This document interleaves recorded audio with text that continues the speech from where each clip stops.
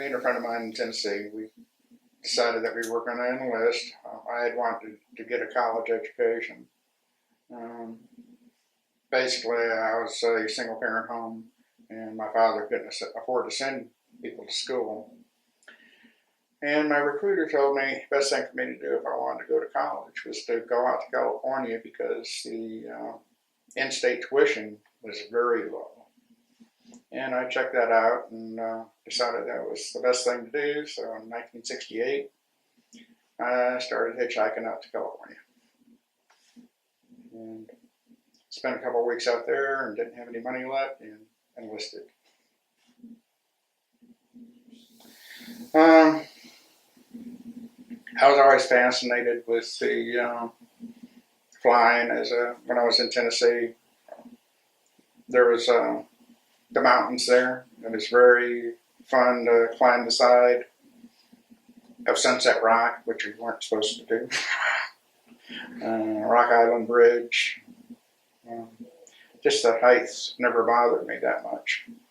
And today I have vertigo. Lackland Air Force Base and tech school in Denver, Colorado. I was in operational intelligence and photographic interpretation. And immediately got orders for Vietnam after finishing tech school. There was 16 of us that went, and all 16 of us kept on getting sent back. We all did more than one tour. We were in high demand.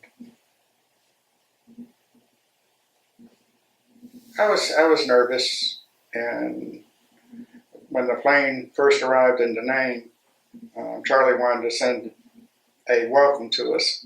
So we got our first mortar attack right after landing. By the time I got off the plane, walked down to the bottom of the ramp, my whole uniform was soaked. It was so humid that we weren't used to that humidity.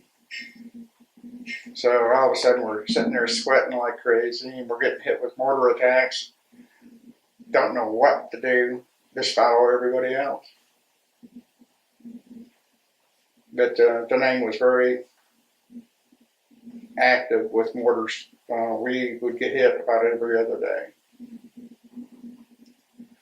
So after a while, you got used to it. Well, like I said, Da Nang got hit every other day. So we were, I don't want to say complacent. You got used to it. You knew what to hear. You could almost tell from the poof which direction the mortar was coming from. And you didn't really panic until you heard the crackling of the mortar coming in.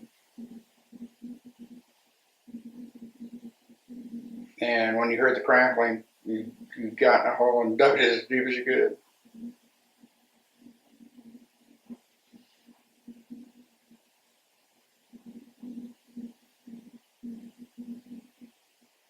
Again, the first thing, like I said, it was sheer panic. By the time I got done with my second tour, when we got a mortar attack, I'd walk out with a beer and my bathroom slippers and looking to see where they were hitting. You found out where, like I said, from just being used to it for so long, you could tell if it was going to be close or. I was assigned to a forward air control, 20th Tactical Air Support Squadron. The 20th task was over there for 4 years. During that 4 years, their squadron size was about 28 people. I had a picture of our squadron. During that 4-year time, we lost 70 pilots.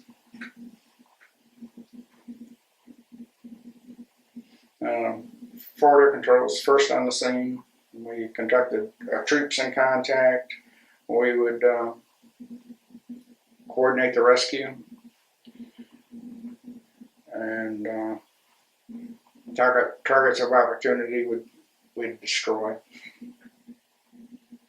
One of the best airstrikes that we were able to put in was down on the town clerk. Again, I'm big on pictures. They were hard to get pictures back. That was in the front page of the Stars and Stripes back in 1970. From our ground contact, we had lost any sign of truck activity. So I saw a plateau that I thought it may be a good place to put a road in. And for a couple of nights, the pilots would go up there and monitor with starlight scopes, which is a M16 scope. And one night we got the heat from the truck. You know, we laid it off and thought, man, that's a good place for a storage area. So everybody stayed away from that for a couple of days. Then we went in with 2 flights of F4s and exploded for 36 hours. Big POL barrels would go 200-300 foot up in the air and then explode. Fortunately, after that, the name wasn't hit that often for about 2 weeks. Agent Orange and Da Nang, when the Marines started pulling out of Da Nang, they would defoliate the perimeter, and I would literally go in, take a shower, and wash the oil off. The 3.5 years ago, I'd been going to the VA hospital.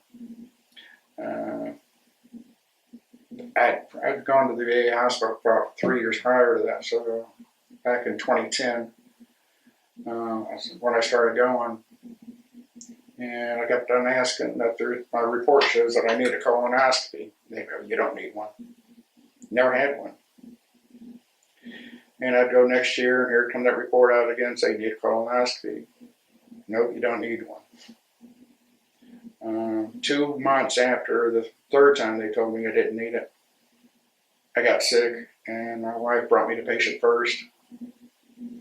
And they immediately brought me over to a gastro-oncologist, and I was upper stage 3 cancer.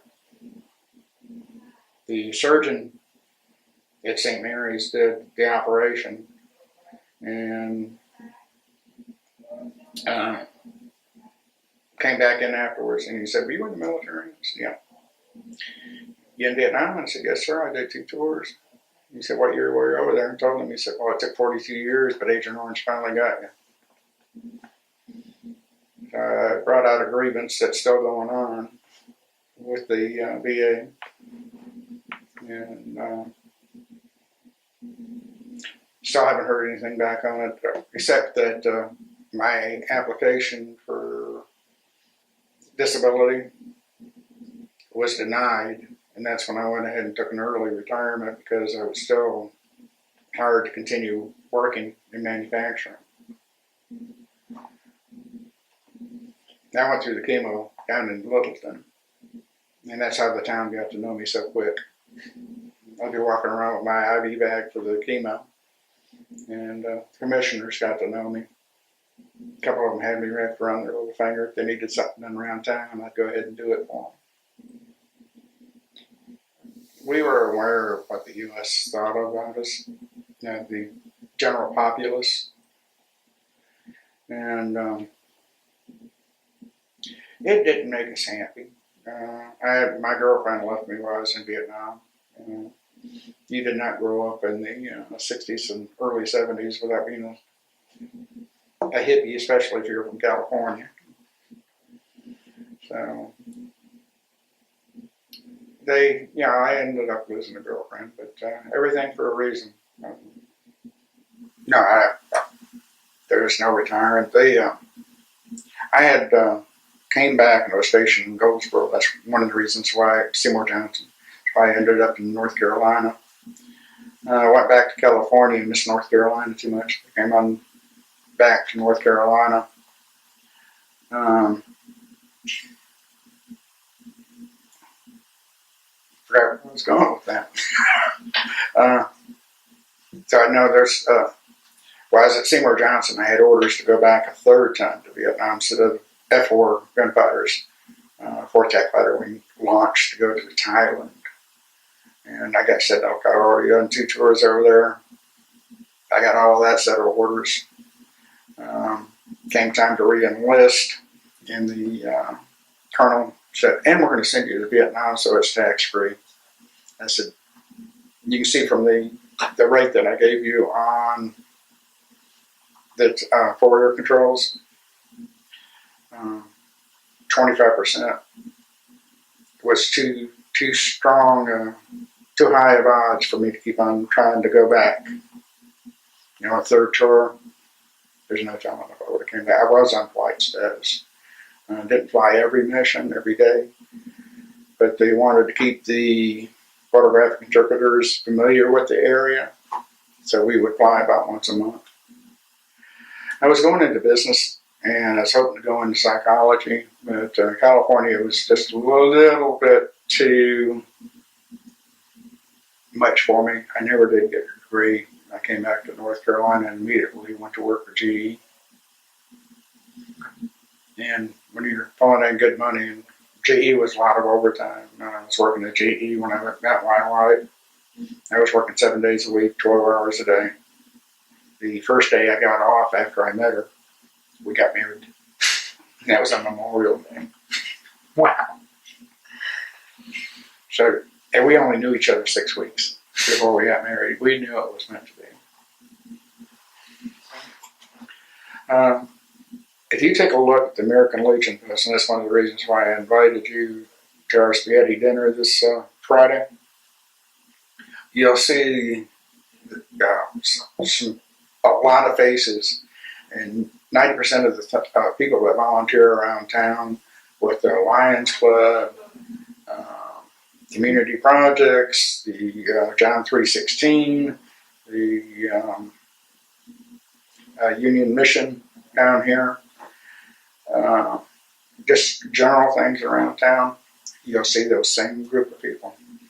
You know, they continue to give, where a lot of people you see now just take. If you want a good association, go in the military, because you do make bonds with people that last for a long, long time. So our government treats us that way. Yeah. Vietnam veterans weren't treated that well when we came back. I applied for several government jobs. Never even got an interview. I was a veteran. I was a Vietnam combat veteran, so that was almost like 20 points. I even took the test for the post office. I did well on the test. One of my friends was a postmaster and said, how come Ron Girdley didn't get an interview? And she went back and pulled the record and said, oh, he's got 30 points. If we would have looked at it, I would have had hiring. I would have had a choice of who I wanted to hire. So a lot of times being in the military kept me out of a government job. Fortunately, and I know that sounds like sour grapes on my part, but that interfered with my life. Yes, I do have sour grapes on that. Did I let it stop me? No. And do you have? So there was a bonding with each other. Unfortunately, you get a new group of people in every month, and it's like half the people on those pictures that I have, I can barely remember their names. Because, you know, one month this group of people, next month the other. But we were all brothers. You know, we're all in the same group.